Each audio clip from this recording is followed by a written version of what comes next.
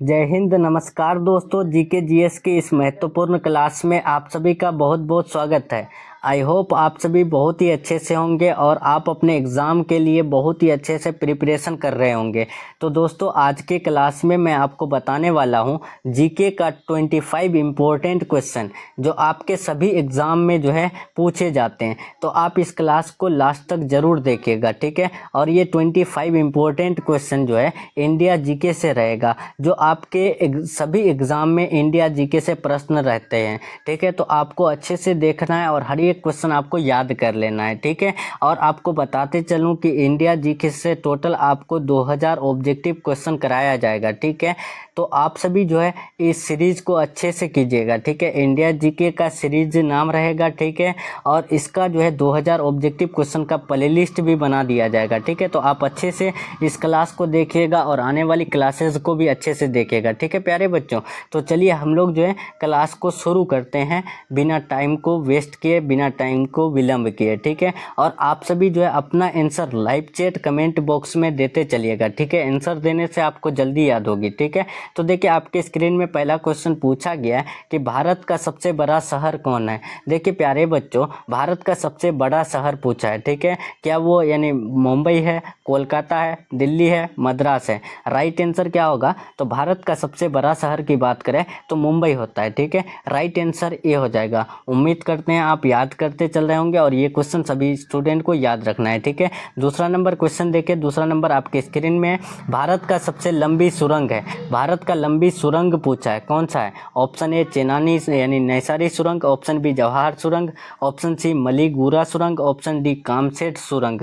Right answer क्या होगा? तो भारत का लंबे यानी सबसे लंबी सुरंग की बात करें तो वो चेनानी नैसारी सुरंग होता है, ठीक है। राइट आंसर ये हो जाएगा। नेक्स्ट क्वेश्चन चलते हैं, तीसरा नंबर देखिए, भारत का प्रथम प्रधानमंत्री कौन बना था?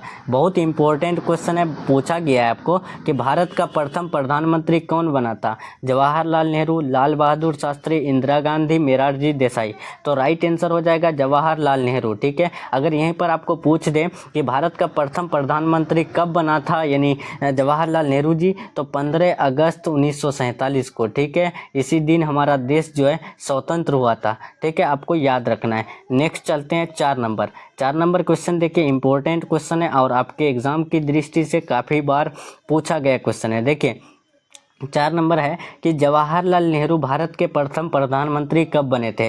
तो इससे पहले ही आपको ये क्वेश्चन का मैं आंसर बता दिया था, ठीक है। तो देखिए जवाहरलाल नेहरू भारत के प्रथम प्रधानमंत्री जो बने थे वो कब बने थे, इसका आंसर आपको जो है ना कमेंट बॉक्स में देना है, ठीक है। आपको कमेंट बॉक्स में 4 नंबर लिख करके इसका आंसर देना है फटाफट से, ठीक है। इसका आंसर मैं नहीं बताने वाला हूँ क्योंकि इससे पहले ही मैं आपको बताया, ठीक है। 5 नंबर क्वेश्चन देखिए, पूछा गया आपको कि कृषि भारतीय अर्थव्यवस्था की क्या है। देखिए कृषि जो है वो यानी भारतीय इकोनॉमिक्स यानी इंडियन इकोनॉमिक्स के क्या है?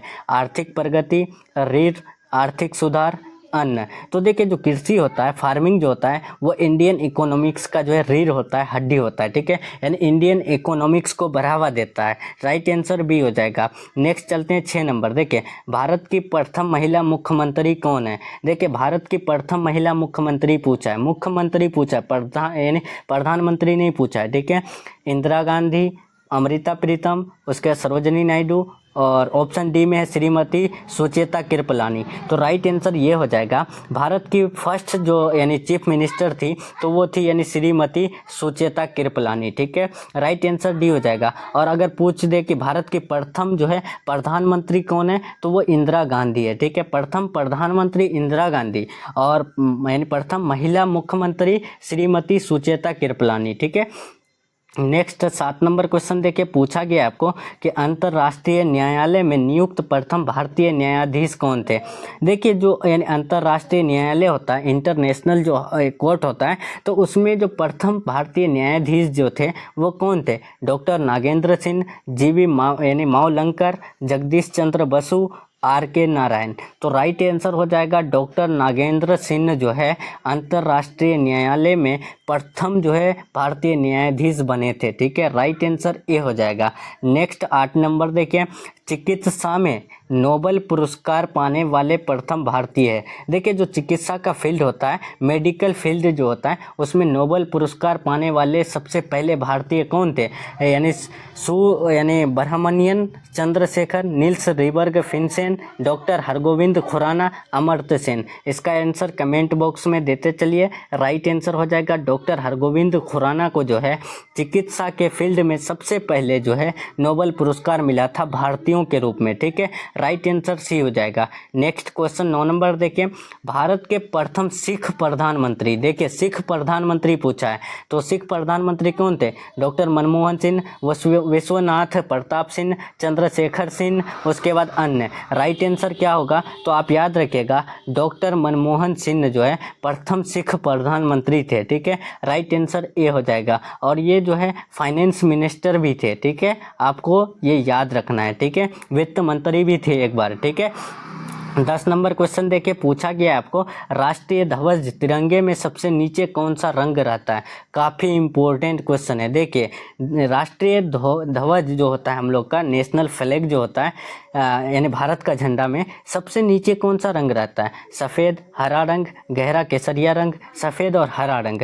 इसका आंसर आपको बताना है। तो आपको पता होगा कि सबसे नीचे में कौन सा रंग रहता है? हरा रंग रहता है। ठीक है, उसके बाद कौन सा रंग होता है? तो बीच में जो है सफ़ेद होता है, बीच में सफ़ेद होता है। उसके बाद सबसे ऊपर जो है गहरा केसरिया रंग रहता है। ठीक है, तो सबसे ऊपर पूछे यानी केसरिया रंग, और बीच में पूछे सफ़ेद रंग, और सबसे नीचे पूछे हरा रंग। ठीक है, तो याद रहेगा राइट आंसर बी हो जाएगा। नेक्स्ट क्वेश्चन चलते हैं 11 नंबर। पूछा गया है राष्ट्रीय ध्वज तिरंगे में बीच में कौन सा रंग रहता है? तो इससे पहले बताया आपको बीच में जो है सफ़ेद रंग रहता है। ठीक है, और सबसे नीचे केसरिया रंग रहता है, और सबसे नीचे बोले सबसे ऊपर जो है यानी केसरिया रंग रहता है, और सबसे नीचे हरा रंग रहता है। ठीक है, नेक्स्ट चलते हैं 12 नंबर। पूछा गया है राष्ट्रीय ध्वज की लंबाई चौड़ाई का अनुपात कितना है? देखिए जो हम लोग का झंडा है, ठीक है, तो उस झंडे की लंबाई और चौड़ाई का अनुपात कितना है बताना है आपको। यहाँ पर लंबाई चौड़ाई का अनुपात आपको बताना है, हमारे झंडे का बताना है आपको कितना होता है। ठीक है, देखिए सबसे ऊपर कौन सा रंग रहता है? गहरा। ठीक है, यानी गहरा केसरिया, उसके बाद बीच में सफ़ेद रहता है, और सबसे नीचे में यानी हरा रंग रहता है। ठीक है, तो अब राष्ट्रीय ध्वज की लंबाई चौड़ाई, ये जो लंबाई है और ये चौड़ाई जो है इसका अनुपात कितना होता है? तो आप याद रखिएगा 12 का सी हो जाएगा। 3:2 होता है, मतलब कि 3:2 होता है। ठीक है, याद रहेगा, राइट आंसर सी हो जाएगा। नेक्स्ट 13 नंबर देखिए, 13 नंबर पूछा गया है राष्ट्रीय ध्वज तिरंगे का सफ़ेद पट्टी किस बात का संकेत है? देखिए जो सफ़ेद पट्टी है तो वो किस बात का संकेत करता है? तो आप याद रखिएगा 13 का राइट आंसर सी हो जाएगा, शांति और सत्य का। ठीक है, right answer option number C हो जाएगा। राष्ट्रीय ध्वज तिरंगे का जो सफ़ेद पट्टी होता है वो शांति और सत्य का जो है यानी पहचान देता है। और देखिए यहाँ पर राष्ट्रीय ध्वज तिरंगे का हरा रंग क्या दर्शाता है? तो देखिए आपको मैं यहाँ बताते चलूँ, यहाँ पर देखिए मैं हरा रंग यानी थोड़ा जो है झंडा बनाने की कोशिश करते हैं। ठीक है, वैसे यहाँ पे जो है सही नहीं बनेगा। देखिए हरा रंग जो है सबसे नीचे में हम दे देते हैं, यहाँ पे मान लीजिए हरा रंग। ठीक है, यहाँ पर देखिए हरा रंग हम दे देते हैं आपको, और उसके बाद यहाँ पर केसरिया रंग दे देते हैं। ठीक है, केसरिया दे देते हैं, और बीच में आपका सफ़ेद रहेगा। ठीक है, तो ये हम लोग का झंडा है, हमारा जो है प्यारा भारत का झंडा है। ठीक है, तो अब यहाँ पर आपको पूछा गया है कि राष्ट्रीय ध्वज का जो है हरा रंग क्या दर्शाता है? ये जो हरा रंग है ये क्या दर्शाता है? विकास और सत्य का, उसके बाद विकास और उर्वरता को, शांति और सत्य को, या फिर अन्न को? तो आपको इससे पहले क्या बताया कि सफ़ेद जो है क्या दर्शाता है? शांति और सत्य को दर्शाता है। हरा रंग क्या दर्शाएगा? तो आपको याद रखना है विकास और उर्वरता को दर्शाते हैं। और केसरिया रंग क्या दर्शाते हैं? विकास और सत्य को दर्शाते हैं। ठीक है, तो याद रहेगा प्यारे बच्चों, विकास और सत्य कौन दर्शाता है? केसरिया रंग दर्शाता है। कौन सा रंग? केसरिया रंग दर्शाता है। ठीक है, विकास और उर्वरता कौन? हरा रंग दर्शाता है। शांति और सत्य कौन दर्शाता है? सफ़ेद रंग दर्शाता है। ठीक है, ये क्वेश्चन पूछे जाते हैं, आप लोग जो है कंफ्यूज हो सकते हैं एग्जाम में, जिस वजह से मैं आपको यहाँ एक्सप्लेन करके बता देता हूँ। ठीक है, नेक्स्ट 15 नंबर देखिए, राष्ट्रीय ध्वज तिरंगे के चक्र में कितनी तीलियाँ होती है? देखिए जो बीच में चक्र है तो उसमें कितना तीलियाँ है? ठीक है, कितना तीलियाँ है बताएंगे आप लोग? कितना तीलिया रहता है, ठीक है। हम सही से बनाने की कोशिश करते हैं। देखिए यहाँ पर तीलियाँ जो रहते हैं तो वो कितना तीलिया रहता है, ठीक है। आपको बताना है यहाँ पर राष्ट्रीय ध्वज के चक्र में 22, 12, 24, 25, तो आपको याद रखना है 24 तीलियाँ रहते हैं, ठीक है। राइट आंसर 15 का ऑप्शन नंबर सी हो जाएगा। नेक्स्ट चलते हैं 16 नंबर। देखिए भारत का राष्ट्रीय पक्षी है, देखिए ये क्वेश्चन हर स्टूडेंट को पता होगा। भारत का राष्ट्रीय पक्षी कौन है? तोता, मोर, हंस, बुलबुल, तो आपको याद रखना है मोर हो जाएगा, ठीक है। Right answer option number B हो जाएगा। राष्ट्रीय पक्षी कौन है? तो मोर है। नेक्स्ट क्वेश्चन चलते हैं 17 नंबर। भारत का राष्ट्रीय पुष्प मतलब फूल कौन है? तो भारत का राष्ट्रीय पुष्प आपको याद रखना है, इसका राइट आंसर 17 का हो जाएगा ऑप्शन नंबर ए, कमल है, ठीक है, याद रहेगा। नेक्स्ट क्वेश्चन चलते हैं 18 नंबर। भारत का राष्ट्रीय पेड़ है, राष्ट्रीय पेड़ कौन सा है? नीम, चंदन, बरगद, अशोक, तो आपको याद रखना है बरगद है, ठीक है। बरगद जो है यानी भारत का राष्ट्रीय पेड़ है, ठीक है। Right answer option number C हो जाएगा। नेक्स्ट चलते हैं 19 नंबर। देखिए भारत का राष्ट्रीय फल है, राष्ट्रीय फल पूछा है, नेशनल फ्रूट्स पूछा है, क्या सेब है, आम है, अनानास है, नारियल है, तो राइट आंसर हो जाएगा यानी आम, ठीक है। आम जो है हमारे भारत का राष्ट्रीय फल है, ठीक है। Right answer option number B हो जाएगा। नेक्स्ट चलते हैं 20 नंबर। देखिए 20 नंबर आपके स्क्रीन में भारत का राष्ट्रीय खेल है, भारत का राष्ट्रीय खेल पूछा है, शतरंज, kabaddi, football, hockey, right answer क्या हो जाएगा? तो भारत का राष्ट्रीय खेल जो है वो है हॉकी, ठीक है, जिसको यानी लोग जो है ना कम देखते हैं, ठीक है। अभी जो है हमारे भारत में अगर देखा जाए तो क्रिकेट को बहुत पसंद करते हैं, ठीक है, सब के सब, ठीक है, लेकिन हमारा जो राष्ट्रीय खेल है तो वो हॉकी है, ठीक है। राइट आंसर डी हो जाएगा। नेक्स्ट चलते हैं 21 नंबर। भारत का राष्ट्रीय गान है, राष्ट्रीय गान कौन सा है बताना है आपको। वंदे मातरम, जनगण मन, सारे जहां से अच्छा, ए और बी दोनों। राइट आंसर बताना है आपको 21 का, तो आपको याद रखना है भारत का राष्ट्रीय गान जन गण मन है, ठीक है। Right answer option number B हो जाएगा।